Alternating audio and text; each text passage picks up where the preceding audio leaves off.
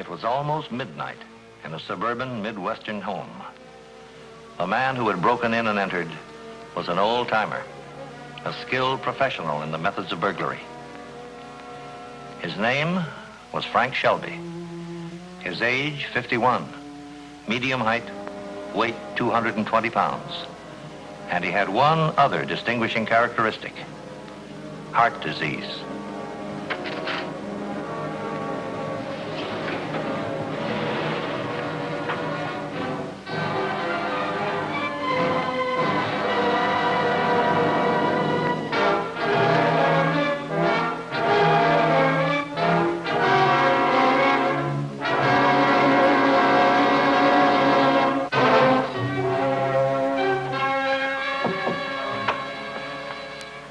In burglarizing homes, thieves frequently come upon the hiding places of United States savings bonds, which they steal and negotiate on forged endorsements.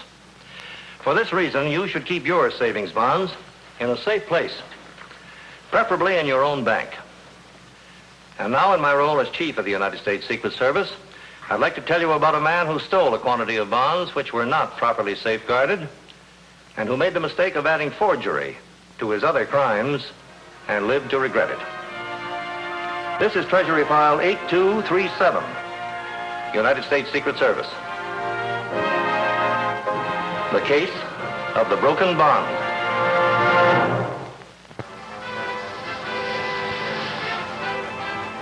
Not so fast. What are you trying to do? Get us picked up by a cop? Ain't bad enough as it is. $220 in a house like that. I'll bet you didn't even half search the place. And those bonds, couldn't you pick up any silverware or jewelry instead of a lot of bonds? Well, ain't you gonna say nothing? I'm tired, Wilma. Tired. I don't feel so good. How many years have I been hearing that? What's the matter, indigestion again? I don't know. I got that pain again. Same one I always get. Right across here. Pain. You men are all alike. Least little pain you get, and right away you think it's something serious. You hear me complaining when I get a pain? It ain't just a pain, Wilma. I'm a sick man. Sick. I go on like this, one of these days I'll just drop off. Sure. You've been saying that for years. What do you want me to do? Be a nurse for you? You're sick, go to a doctor. Is that all you care about it? Is that all it means to you? Go to a doctor. Oh, for crying out loud. You ain't dying. You'll live to be 100.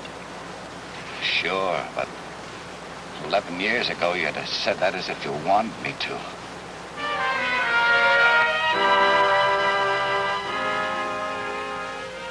Yeah, I got a list of what was stolen in the robbery on Pacific Street.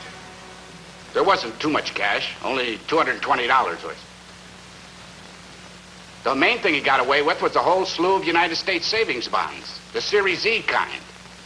$9,250 worth. They were made out in the name of a man who lives here, Talbot. Raymond E. Talbot. No, the burglar got away clean. Like that job you pulled tonight. A measly $220 and a handful of savings bonds that ain't worth a nickel. Why ain't they? Why can't we cash them in? Because you ain't Raymond E. Talbot. You ain't the guy they're made out to. So who'll know the difference? A bank, stupid, a bank. You can't cash them unless you can prove who you are. Why can't I be Raymond E. Talbot? A couple of 100 miles from here. Who's gonna know the difference? Maybe we could get away with it at that. Why not? We take a place somewhere in a small town and call ourselves Mr. and Mrs. Talbot. Then when everybody knows who we are, we cash in on the bonds. It would work, wouldn't it? I don't know. It's worth making a try.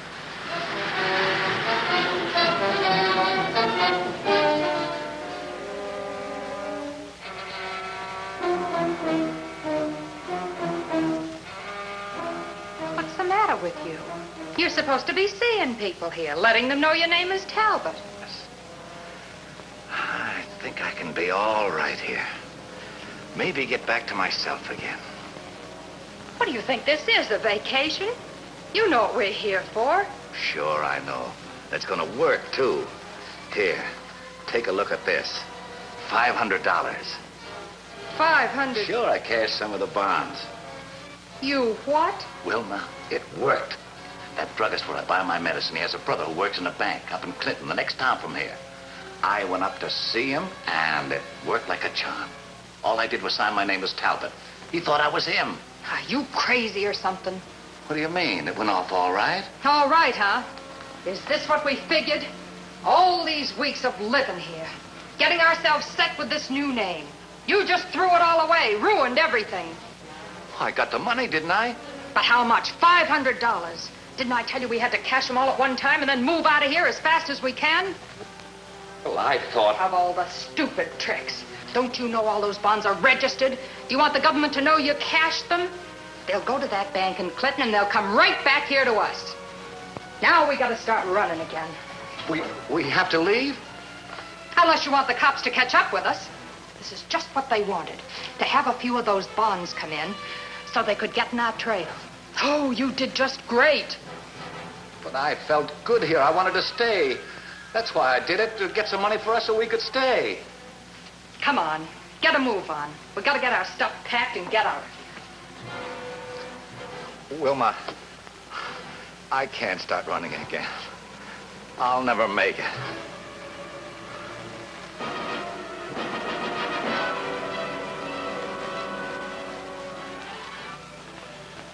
$500 worth, Mitchell. And all of them cashed at a bank in Clinton by a man living at a tourist home in Millhaven. Signatures are forged, of course. Yes. And all of these bonds were on the list of those stolen about 2 months ago in that burglary in Cleveland. The signatures don't even come close to that of the genuine owner, a Mr. Talbot. Any more information as to the forger's identity or where he might be heading? No. No, the man who cashed these bonds and his wife posed as Mr. and Mrs. Talbot for about 3 weeks. Then he turned in some of the bonds and skipped town. I see. I want you to get up there as quickly as you can, Mitchell. There are still several $1,000s worth of these bonds to be accounted for, and if you can find out who this forger is, you'll be able to prevent his cashing them. Do you think he'll have the nerve to try it again in the same area? Who knows? It all depends on how badly he needs the money. What about his mail, Mr. Summers? Do you remember any of the postmarks by any chance? Oh, I don't make it a habit of looking at letters of folks living here, but I know they did get lots of local mail. Letters from here in Millhaven. Probably wrote to themselves to establish identification. I still can't believe it. Sick man like him. What about their car? Anything you can tell me about it? Color, license number, anything? Well, I can't, but Jed Lowell can. Down the street. Jed Lowell. He has the garage. Talbot, or whatever his name is, had trouble with his car. Had a lot of fixing done to it. Jed could tell you all about it. Right, Mr. Summers. Thanks very much. Keep working on those print drives, and I'm going down the street to the garage. Right, Mitch. Mr. Mitchell, Yes, sir. you know something? I don't think you'll have much trouble catching up with that man if he's as sick as I think he is. Why not? How far can a sick man run?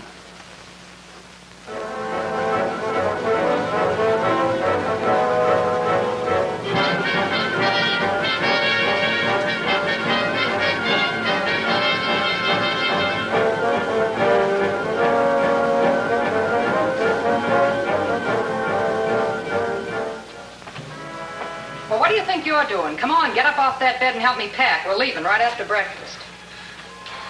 What for? How long are we going to keep this up? You said when we got to Omaha I could take a rest. You had a good rest last night. Snored so loud I couldn't sleep a wink. I can't help it if I snored. I was all shot. Felt like I had everything drained out of me. Well, stop feeling so sorry for yourself and go get your pajamas in the closet so I can pack them away. Look, Wilma, I ain't going in that car again today. I'm staying right here. If you don't like it, you can go on without me. You really mean that, don't you? Sure, I mean it. I ain't gonna keep running till I pass out somewhere. Besides, there's no point in going any further. No? To see that Cleveland paper I picked up yesterday? We're right in the front page again on account of those bonds you cashed. That's Cleveland. This is Omaha. You think it makes any difference to those Treasury guys? Treasury, my eye. They can't be everywhere. Besides, I got an idea how we can cash some more of those bonds. Yeah? How? Change the name on them. Use another signature. Take ink eradicator and wipe the name right off. Then I can sign any name to them. Any name we can get identification on. It won't work. How do you know it won't work? Are you such a mastermind on everything? I say it will. And I'm going to stay here and try it. Yeah? Why not? As long as I don't sign Talbot's name to anything, I'm in the clear. What the heck? I was supposed to be a man named Talbot, so how can they have anything on me?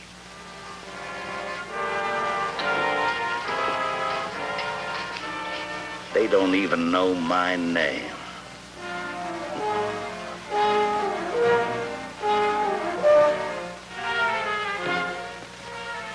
Frank Shelby, eh? So that's who he is. That's right, Chief. We were able to pick up enough identifiable prints in that room in Millhaven to run them through the criminal files. This is what we turned up. And this record fits our description. Frank Shelby, age 51, height 5'9", weight 220, 3 arrests for burglary, 2 convictions. Any idea which way he's traveling? I asked around Millhaven, sir, and he was last seen going west out of the town on US 40. Our best chance is that car he's driving. Any luck in picking up the license number? Yes, sir. We even know the body style and color. His garage man gave us everything we needed.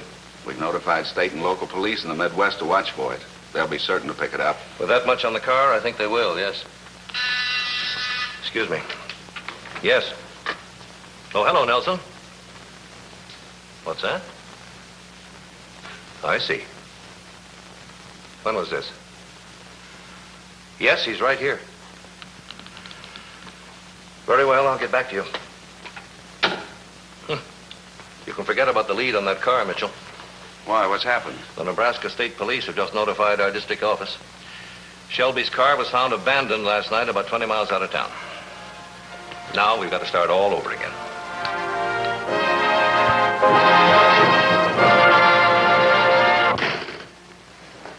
How goes it? Well, you're feeling pretty good for a change, ain't you? Why not? Week's rest has done me a lot of good. Besides, I got some good news. I cashed in $600 worth of bonds. And you got away with it? I'm here, ain't I? I tell you, that ink eradicator worked like a charm. I went to a couple of places on the outskirts of town, and they didn't give me any argument at all. I tell you, you married a pretty smart guy, Wilma. What about the registration? In 2 or 3 days, those bonds will be back in Washington, and they'll be coming for us again. In 2 or 3 days, we'll be in Denver. We got 2 days to go on a cashing spree and really wind up with some dough. And the harder they look for us, the more they... What's the matter? My pills. No. I remember now. I left them in the car.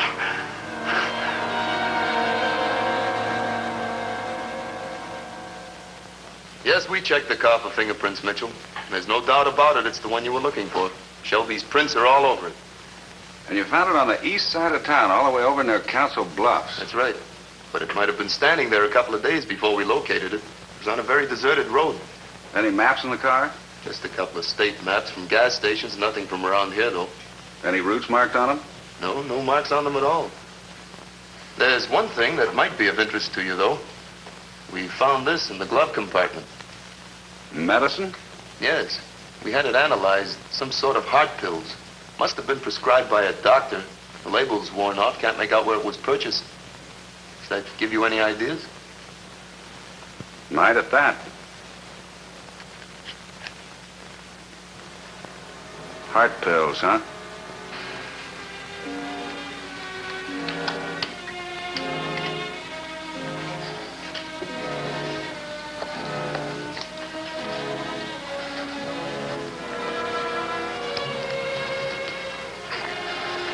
All right, sir. I guess you can get up now.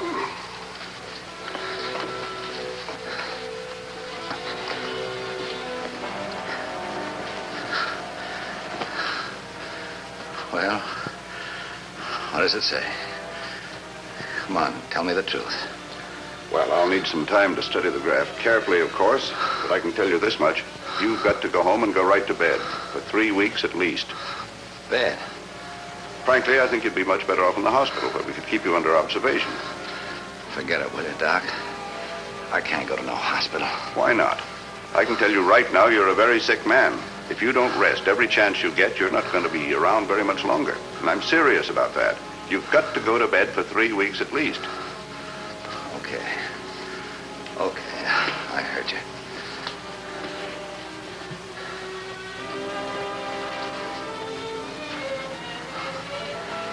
Anything else you got to tell me? Any medicine you got to give me so I won't have so much pain? Yes, I'll make out a prescription for you before you go. But you've got to promise me that you're going to take care of yourself.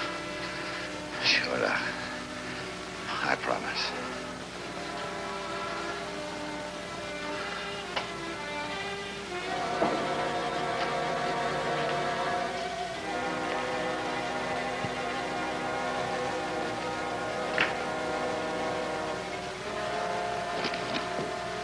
Three weeks. Is that what he said? 3 weeks in bed? You must think you're a millionaire. He thinks I'm a pretty sick man. Well, sick or not, we got to get out of here. Tomorrow, the latest, or those bonds will bounce right back in our faces. Yeah, I know. And we got to get more cash, too, so we'll have enough money to get to Denver. Be alone for a second, will you? I just want to forget everything for a while. Doc says I got to relax. Take it easy. Sure, only he don't know you wanted by the Treasury Department and the police in half a dozen states. Can't you let me forget that for a second, Wilma? Sure, I can let you forget. I can let you get caught, too. Wilma, will you leave me alone? Okay, I'll leave you alone. I'll leave you right there in that chair and make it easy for the cops. Only I ain't staying. You wouldn't leave me now, would you? This is as good a time as any, ain't it?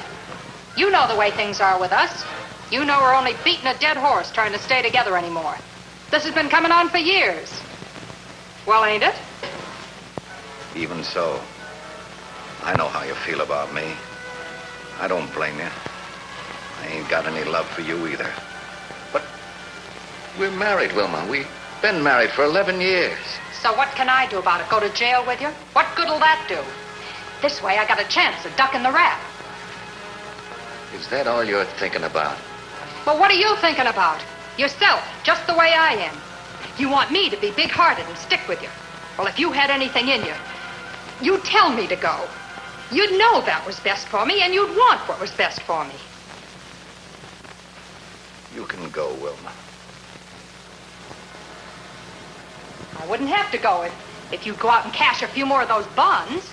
Then we could stay together till we get to Denver.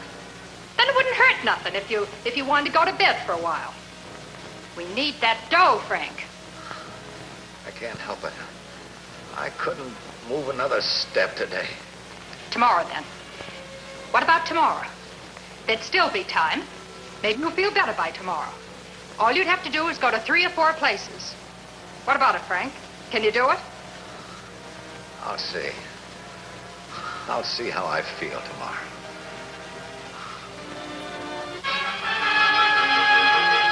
In an effort to get a lead on Frank Shelby's whereabouts, Agent Mitchell, in cooperation with the state and local police, began checking hospitals, pharmacies, and individual doctors in the Omaha area with regard to new heart patients who might answer to Shelby's description.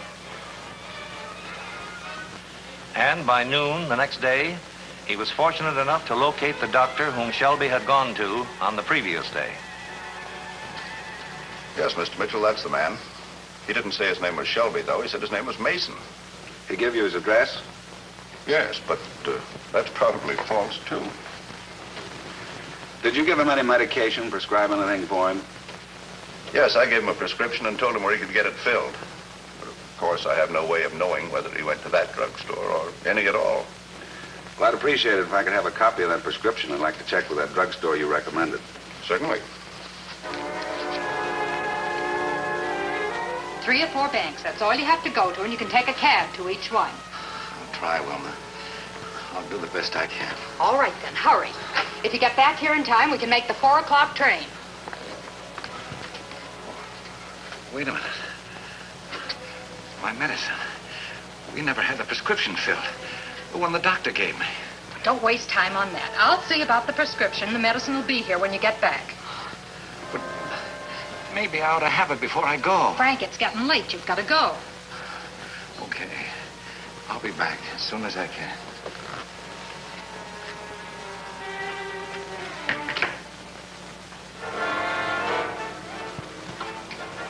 No, sir.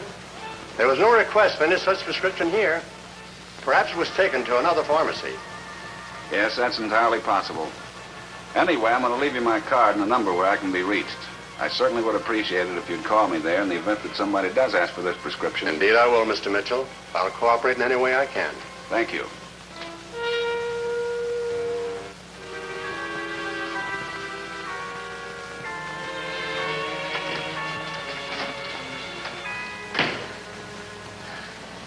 Did you get it? Did you get the money? Is that all you care about? The money? I ain't hardly in the door. The first thing you ask about is the money. Me, you don't care about. I could go out there and kill myself for that dough. But if I brought it back, you'd be satisfied. Well, you're here, ain't you? I knew nothing happened to you. That's where you're wrong. Something did happen. What? Where's my medicine? What happened, Frank? My medicine, didn't you get it? They're delivering it. They said they couldn't make it up right away, so I didn't wait for it.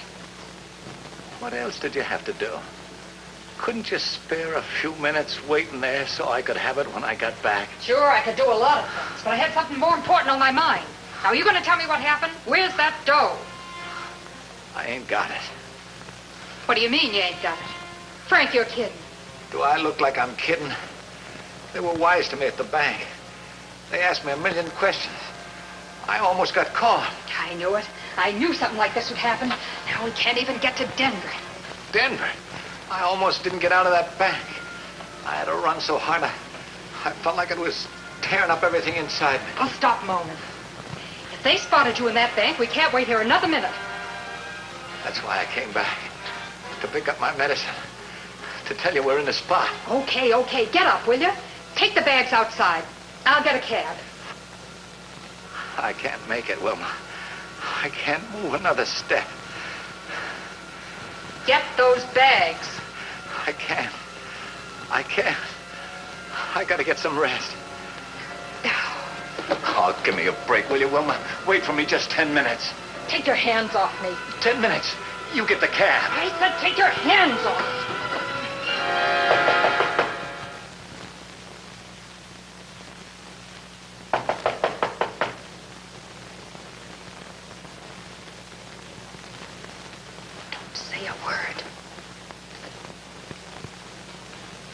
Open up, Mr. Shelby. United States Secret Service. I'm in here, all right. Open the door. You fool! You crazy, half-witted fool!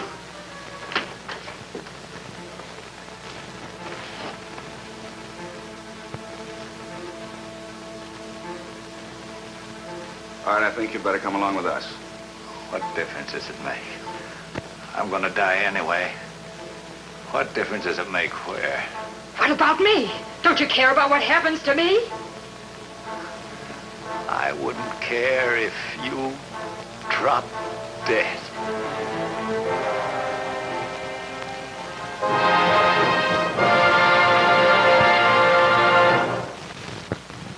Curiously enough, Frank Shelby lived through the ordeal and pleaded guilty to a federal forgery charge and a state burglary charge.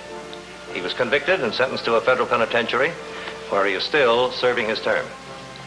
His wife, Wilma, was also convicted as an accessory in the forgery, and she too is now serving time in a federal penitentiary. All of the remaining bonds which had been stolen from Raymond Talbot were recovered and returned to their owner.